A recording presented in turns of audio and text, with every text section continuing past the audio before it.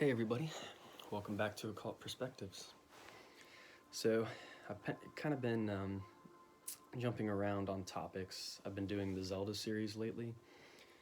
I need to write some new notes before I do the next video. It should only take me 1 or 2 videos to do the rest of that. There's not too much Zelda stuff left.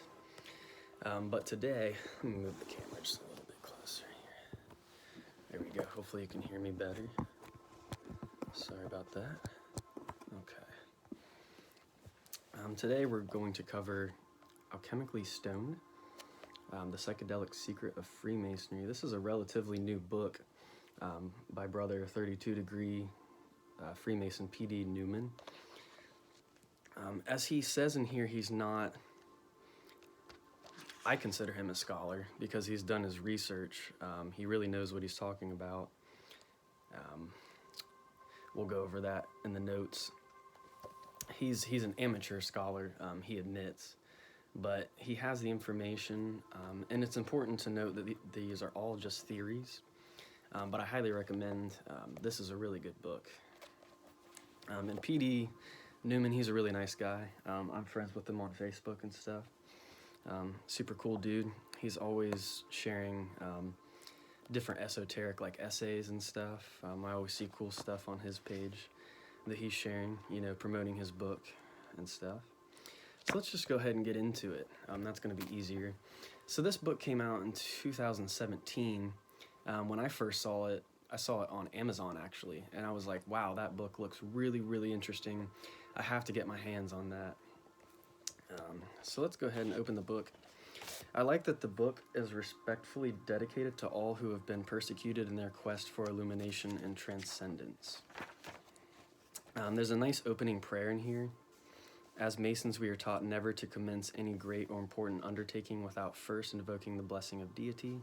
I will therefore begin this undertaking with a portion of a prayer excerpted from the Holy Royal Arch Degree, as the same appears in the American York Rite. Give us grace diligently to search thy word in the book of nature, wherein the duties of our high vocation are inculcated with divine authority. Pretty profound as we're about to get into this, the subject of this book. The book is actually edited and covered, and the cover is done by 2 brothers as well. It was edited by Jason E. Marshall. He's a 32 Degree, and the layout cover and the back cover are by Matthew D. Anthony, who is also a 32 Degree. So that's a pretty cool cover. I really like that. You have the dimethyltryptamine, you know, there in the middle, the alchemical, the philosopher's stone, and you got a picture of PD there on the back with a little summary of the book. The company that printed it was published by the Laudable Pursuit Press, if you've never heard of them. He makes some acknowledgments to his wife in here. He mentions her as, you are my cornerstone and my muse. I thought that was really cool. All right.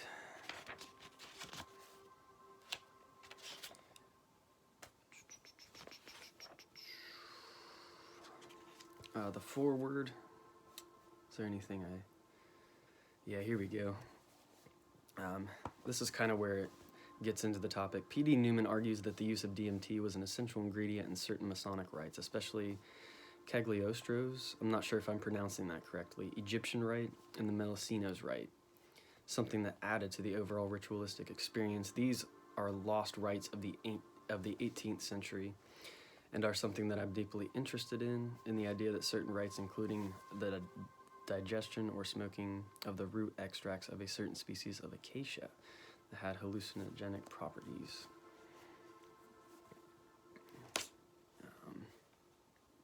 Sprig of Acacia is a strong symbol within Freemasonry, as most Masons would know, but P.D. Newman presents us with new, basically new information on the Acacia, the history of the Acacia symbol, and how in the third degree it became an essential ingredient to the Master Mason ritual, perhaps in more ways than one. There's an author's preface or preface in here I'd like to go over real quick. Just some notes on this.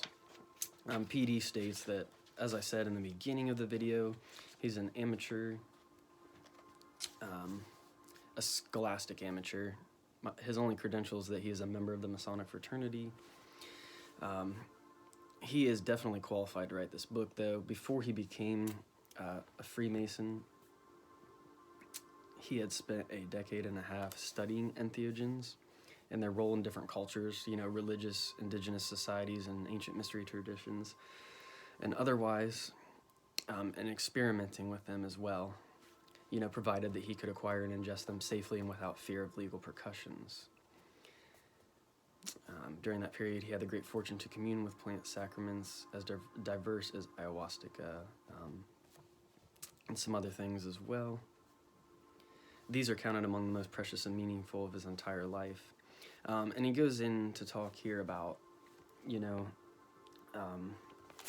the culture really, doesn't promote a lot of these things. A lot of this stuff is, people are beginning to learn about it, even in the medical field. They're using, mushrooms as therapeutic and proper dosages in the right context. It's not people out like partying and just, consuming these things. It's really used, to deal with depression and like chronic pain issues and such. We're learning more that the plant medicine really is more beneficial and less harmful over time than like the pharmaceutical drugs that we've been using.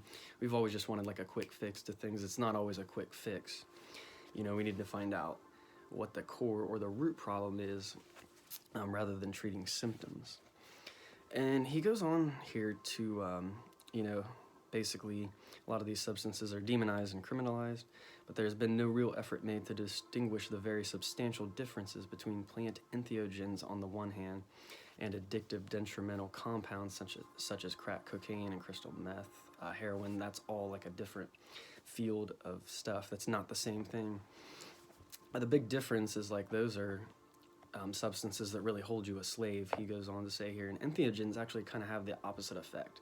They really wake you up, and it's not really like a comfortable experience. It's something that you go through for self-transformation rather than trying to get high or, get a fix or whatever. It's not about that. It's about going within, learning about yourself, often uncomfortable things about yourself. You don't really want to go back out and do it again. Usually, once you've worked through a lot of the inner demons and stuff, you become self-transformed through the process, is what he goes on to say. Entheogenic compounds are known to be liberating of the spirit and expanding the mind and consciousness. They serve to open the mind, so to speak, to unfathomed modes of thought and awareness. And here we go into the word entheogen literally means that which generates the divine within. I thought on here I had put an actual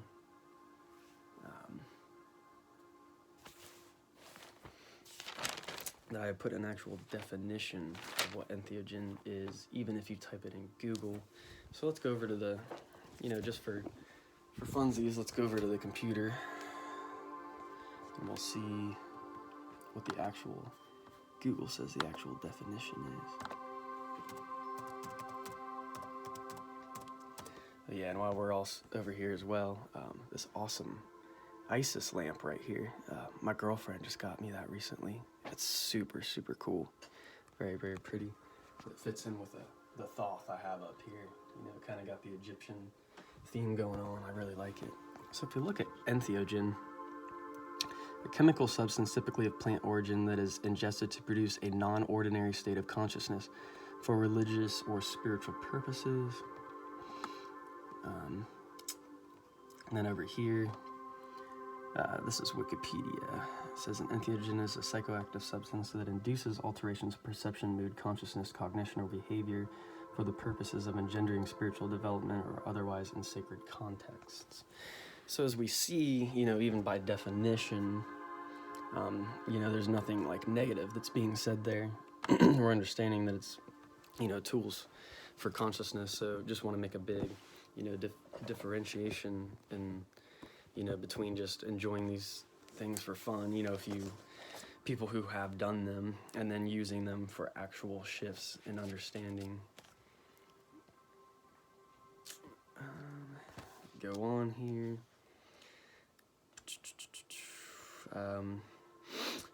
Contrary to what the DEA and the FDA for the past half a century have said, that entheogens kill brain cells, some entheogens have the ability to actually regrow degenerated brain cells. And like it fixes things like, helps fixes things like PTSD and, terminal mental illnesses.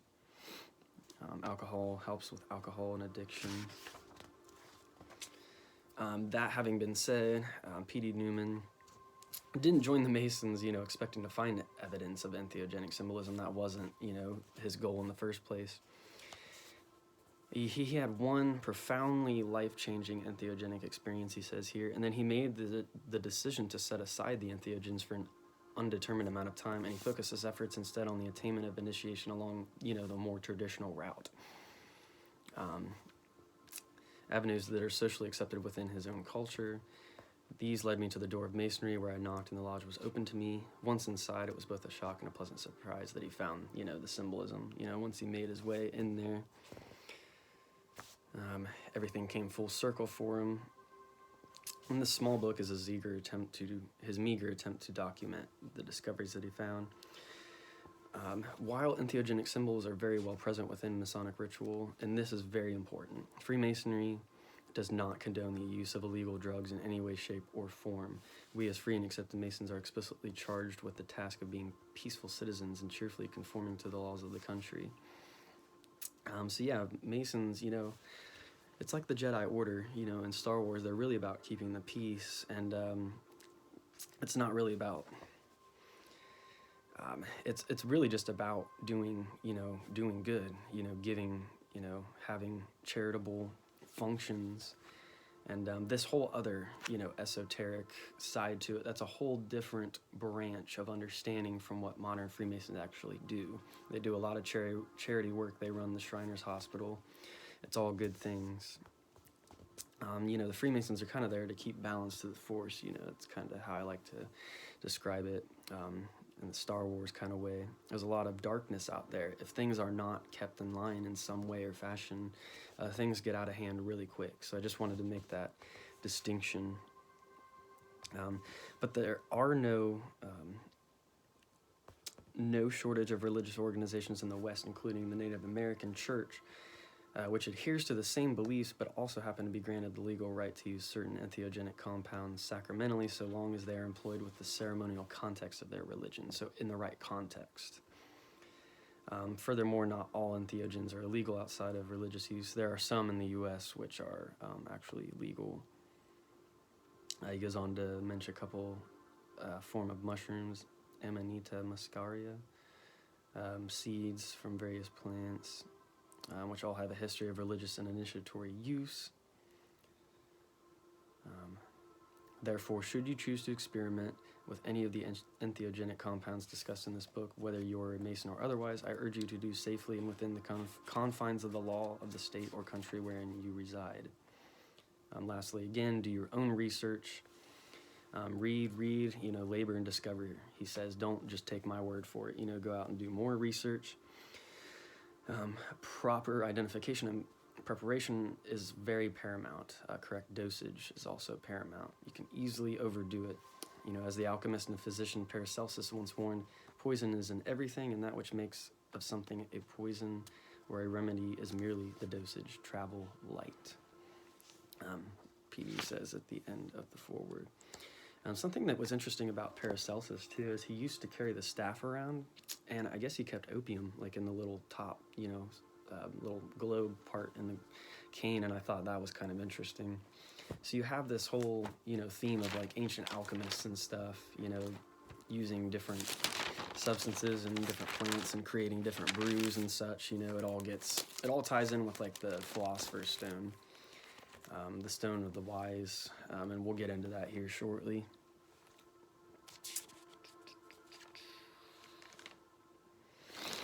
Okay. So that was the preface, or the preface. This introduction's pretty short, but there's some pretty important things to take into account here before we go ahead and jump into chapter 1. He goes on to mention throughout history there have been seemingly spontaneous outbreaks of spirituality. These aren't really, they're seemingly spontaneous. It all has to do with the Aeon of Horus. We're seeing all these groups and stuff grow at a historically unprecedented pace, new cults, new religions, gurus, blah, blah, blah.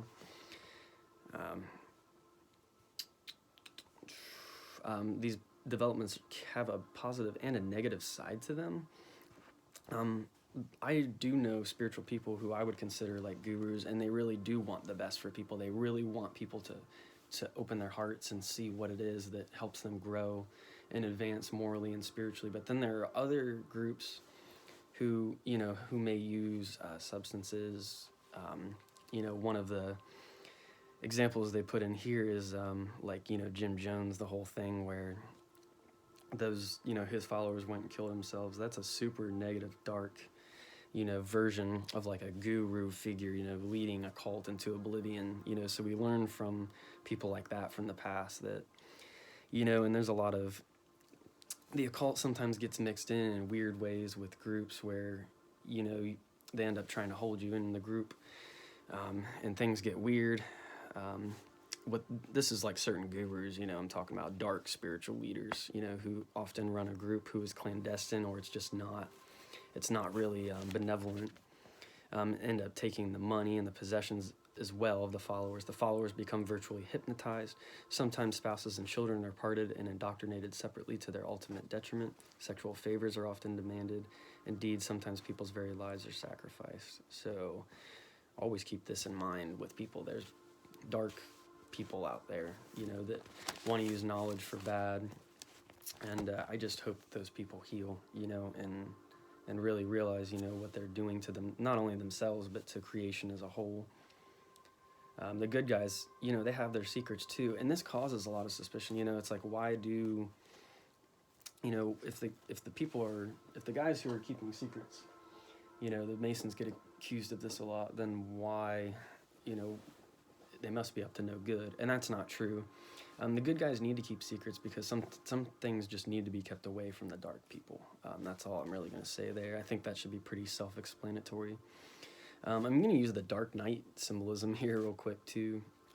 Batman, in the movie The Dark Knight, he's often exemplified or seen, as kind of the bad guy, but he's always doing the good, like from the back, Sometimes the good guys are really kind of set up to look like bad guys, or they're just framed as bad guys, but really they are doing the great work from the background. They don't care, they don't need the attention, they don't need the spotlight, they know that they're doing good, that they're uplifting humanity, and it doesn't matter if they're seen as the bad guy. They know in the long run people will eventually learn that they were working for the truth and the light the whole time. So there are small secret groups of true brothers and sisters, who are really doing the great work, who it may seem from the outside, that it's, maybe not the best thing, but it's just hard. There's so many agendas out there. There's so many different groups.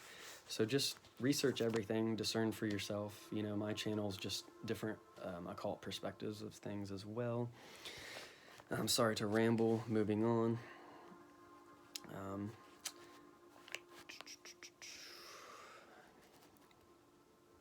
Let's see. I pretty much just went over that.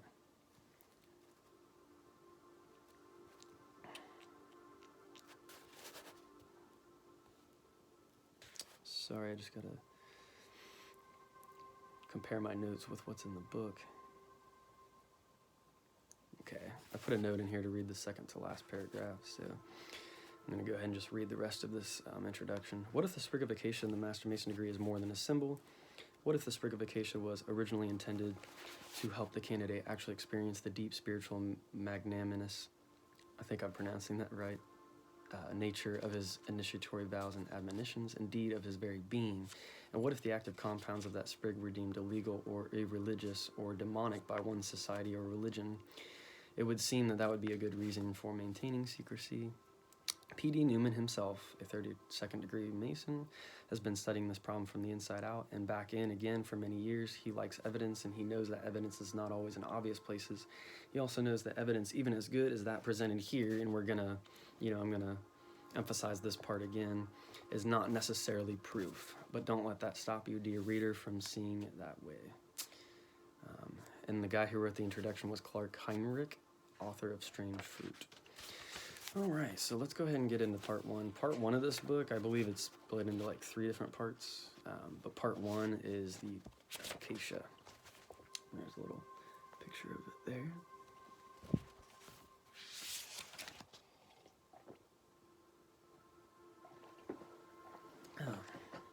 Always got to have more coffee. Excuse me, can never seem to get enough coffee. Okay. So the sprig of Acacia, for obvious reasons, it's an important symbol within Freemasonry, but it's more than just symbolism. This is gonna, PD says that the theory to be presented here is probably the most controversial that Masonry has ever had by one of its own people since Theodore Roos in 1912 declared boldly that sexual magic is the key which opens up all Masonic and Hermetic secrets. There's a truth to this, where a lot of like sexual magicians get it wrong. Is it's not just sexual energy or sex in the physical. It's like understanding these masculine and feminine archetypal energies on a grander scale. Because if we follow the Hermetic axioms, it's as above, so below. So we're seeing the reflection here in the material plane of spiritual archetypal forces, masculine and feminine, working in those higher planes. Moving on, first exposure, one might even suspect that, the DMT, information that we're presenting here is equally an outrageous proposal. It's pretty taboo. So this hallucinogenic drug, it's called DMT or dimethyltryptamine, is connected with the sprig of Acacia. The sprig of Acacia was marked at the head of the grave of Hiram Abiff, and we've talked about Hiram in previous videos, particularly the Hiram Key series, and I'm sure a lot of information in that book, it's not necessarily connected or like going to synchronize with this book, but it's important to understand like the ancient Gnostic view of Christianity, and especially Jesus, when taking these substances, these alchemical substances into account. But yeah, basically this, as you know, I'm not going to get into the details on the Master Mason stuff, but at the head of the grave, that's where that plant of the sprig of Acacia, was planted. Let's see. It is mentioned not only in the Master Mason degree, but it also appears in the Perfect Master degree.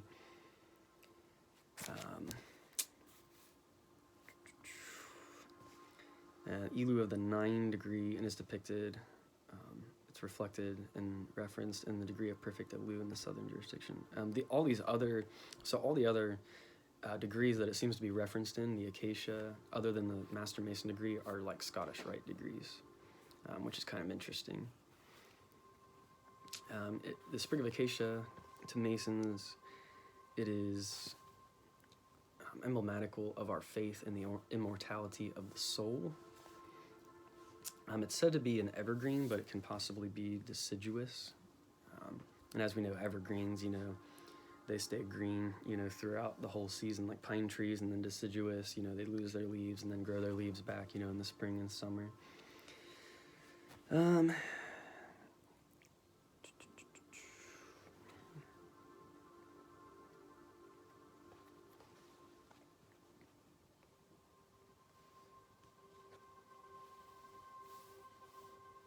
Okay.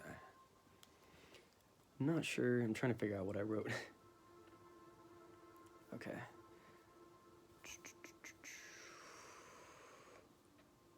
Yeah, the plants, as we said before, are an important fixture in many mystery traditions. But they are these substances these, plants, the sprig of acacia, etc., are more than simply powerful symbols. And I'm just going to go ahead and read. Yeah, he talks about the rites of passage in shamanic ceremonies, indigenous and semi-civilized societies. These substances serve as far more than simply powerful symbols, as we talked earlier with the Native American Church. In the formidable lecture he penned for the Master Mason degree, Albert Pike wrote in Morals and Dogma that the acacia is the same tree which grew up around the body of Osiris. This is important with Egyptian myth. It was sacred among the Arabs, who made of it the idol Al-Uzza, which Muhammad destroyed. It is abundant as a bush in the desert of Thur, and of it the crown of thorns was composed. So it's interesting. He's saying that the sprig of acacia, it's the same tree which grew up around the body of Osiris, if you know the story there. The crown of thorns, with Jesus. The crown of thorns set on the forehead of Jesus of Nazareth, and it is a fit type of immortality on account of its tenacity of life. For it has been known when planted as a doorpost to take root again and shoot out budding boughs over the threshold. And here's an unassuming footnote to the Master Mason degree in his recently issued book, Masonic Formulas and Rituals. Pike added that the branch of acacia, in memory of the true cross, so the real cross of Jesus was even said to be made out of acacia wood, which it is said was made of that wood. This branch of acacia took the place of the branch of myrtle, which the initiates of Memphis bore. The bough of gold, which Virgil gives Aeneas, wherewith to descend the infernal regions, has the same origin. That's kind of cool, because I just actually started reading Dante's Inferno again last night. And I really recommend, if you're going to read Dante's Inferno, find you a version of the book. I've got one here that has extra notes in the back for each canto. And I like to read the notes of the canto before actually reading, the actual, what he wrote. Because it gives you some historical context. It explains the symbolism. It's really important to understand, because that whole poem, the Divine Comedy, all three parts, Inferno, Purgatorio, and Paradisio, it's all symbolic. Everything in there's symbolism of the ascent and descent of the human soul. That was kind of a side note. Moving on. It's also said that the acacia wood was used for the Ark of the Covenant. Finally, in the perfect Ilu degree of the ancient and accepted Scottish Rite, Southern jurisdiction, we learn in the legend that the acacia is that genus of trees to which belong that which yields the gum arabic, the mesquite, and the locust. It is the sata or satum wood of the Hebrew writings, used in the construction of the tabernacle and the temple, and therefore a symbol of holiness and divine truth. It is not the symbol of immortality alone, but of that life of innocence and purity for which the faithful hope when they shall have been raised up. We've talked about that spirituality a lot with Gnostic Christianity, particularly in the hierarchy videos, to a new and spiritual existence. So you're supposed to see everything in a new light, once you undergo, especially a ceremonial experience with something like DMT, that's going to have profound experiences on your consciousness. What's interesting, though, is that in the earliest versions of the Master Mason degree, there is no mention made anywhere of a sprig of acacia. Rather, the references are to something called a sprig of Cassia, and this is a different plant altogether, which has no psychotropic value. It's defined as a cinnamon-like evergreen originating in southern China, whereas acacia, which can be either evergreen or deciduous, is a genus of nearly 1,000 species, with all but 10 or so of those having an origin in Australia. Sometime between the 1730s and 1745, a change was made, and Cassia became acacia. So they made this change somewhere along some line, changing what it is in the Masonic ritual. So there's no mention about anything called acacia. It was called Cassia before, but it became acacia sometime between 1730 and 1745, as they were saying here.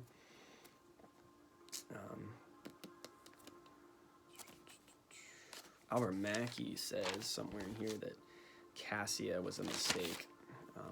The name Cassia.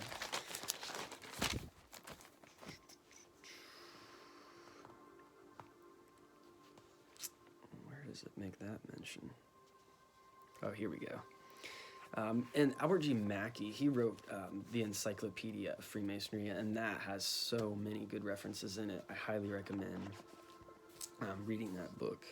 I haven't even read my way through the encyclopedia yet. I feel like there's so much information I have in so many books that I just want to read, and I'm trying to combine it with, holistic, just spiritual understanding and meditation. I don't just try to read all the time. I want to, actually ingest the knowledge and kind of, actually allow it to, come into my being rather than just reading and inputting like stuff into my brain all the time.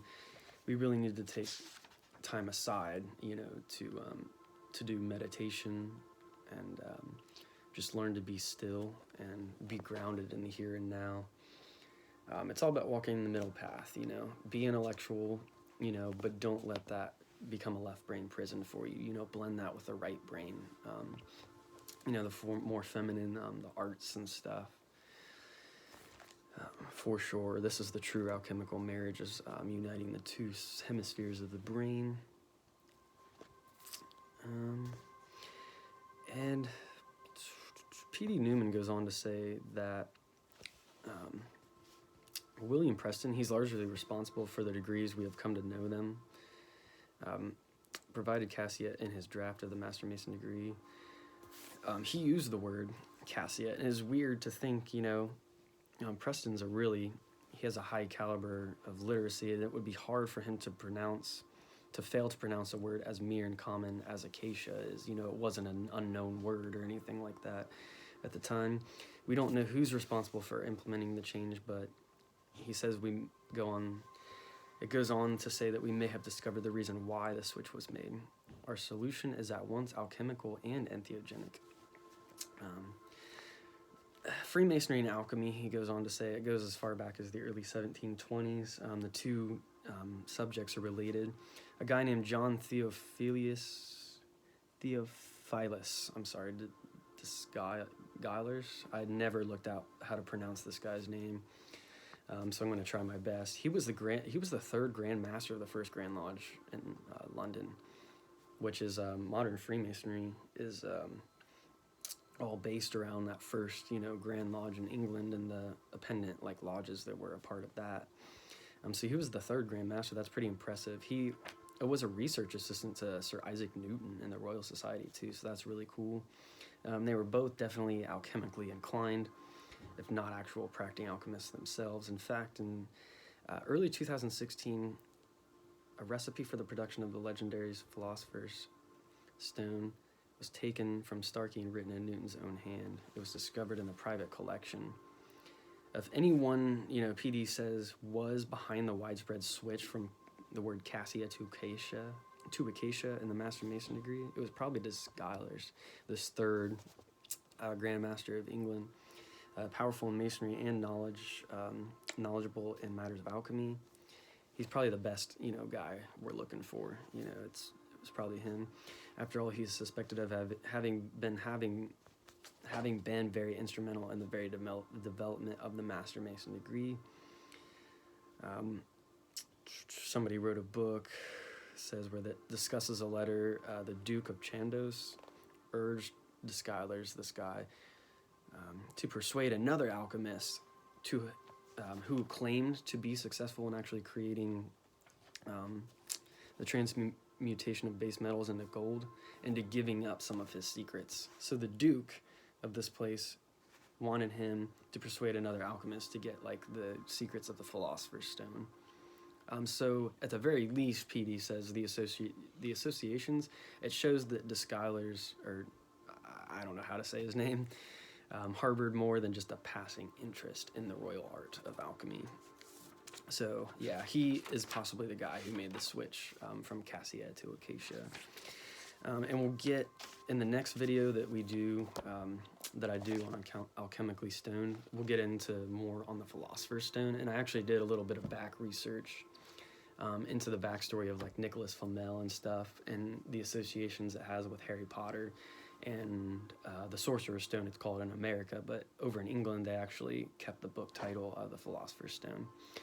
So I'm not sure if I'll jump into this topic again in the next video, if I'll go back to Zelda. I still want to go back and do Morals and Dogma. There's a lot of other books I want to get into, so pretty much whatever I feel into getting into next. I've been really busy with music stuff lately, and I'm just working. I'm just trying to jump on here and get as many videos out as I can. Thank you all for watching.